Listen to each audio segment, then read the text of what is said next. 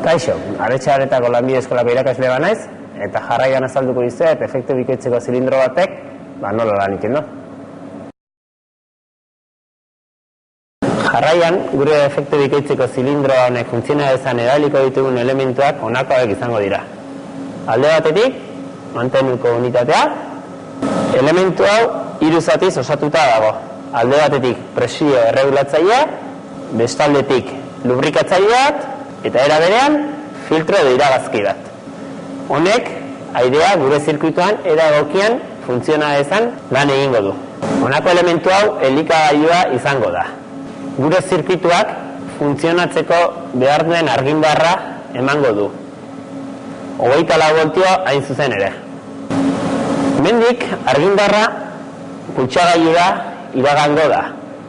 Pultsagailuak, hemen duzen elementu honek, argindarrari gu nahi dugunean, hau da, pultsagailua etengailua sakatzean, argindarra pasatzen utziko dio erreleari. Errelea honako elementu hau dugu. Errele honek barnean balbula bat du.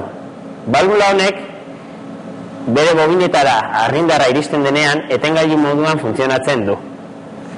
Guzti honek, bai pultsagailuak eta bai erreleak argindarraz funtzionatzen dute.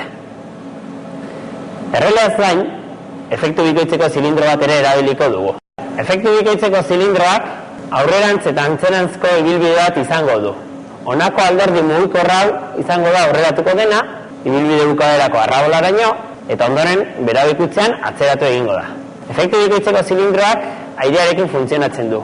Sarrerako unitatea eta irteerako unitatea. Hemendik haizea iristean, zilindro aurreratu egingo da, eta behin aurreratzean, hemendik berriz ere sartu, eta hemendik irtengo da. Efektu bikoitzeko zilindroa kontrolatu alizaltzeko, balbula bat erabiliko dugu. 3 posizio balbula bat hain zuzen ere.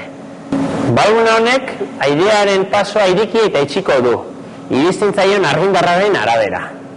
Bi leku hauetatik iritsiko da argindarra.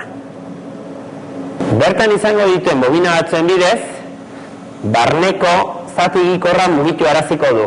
Airea tutu batetik edo bestetik igaro araziz. Eta ondorioz, zilindroa aurreratu edo atzeratuz. Azaldu ditugun elementu hauek bi saietan banatu ahalko ditugu. Alderdi batetik zirkuitu elektrikoa, argindarraz funtzionatuko duena, eta bestalderritik pneumatikoa, airearekin funtzionatu ahalko duena. Jarraian funtzionamendua sinpleki azalduko dut. Horretarako S bat pultsagailua sakatuko dugu. S bat pultsagailua sakatutakoan gure zilindroa aurreratuko da. Eta gure zilindroa aurreratzean gure arrabola ikutuko dugu, ibilbide bukaerako arrabola. Ibilbide bukaerako arrabolak berriz itzultzeko seinalea emango dio, eta itzultzerakoan eta pultsagailua askatutakoan ibilbidea bukatuko da.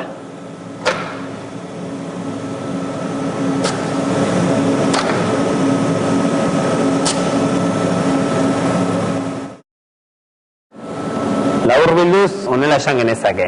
Lehenbizi, erabilitako elementuak aipatu ditugu, ondoren zirkuito elektrikoa eta pneumatikoa bereiztu dugu, elementu bakoitzaren azalpenarekin, eta azkenik, egin beharreko funtzionamendua, edo egin beharreko mugimenduak azaldu ditugu. Etengailua, ibilbide bukaerako arrabola, eta zilindroa erakutsiz.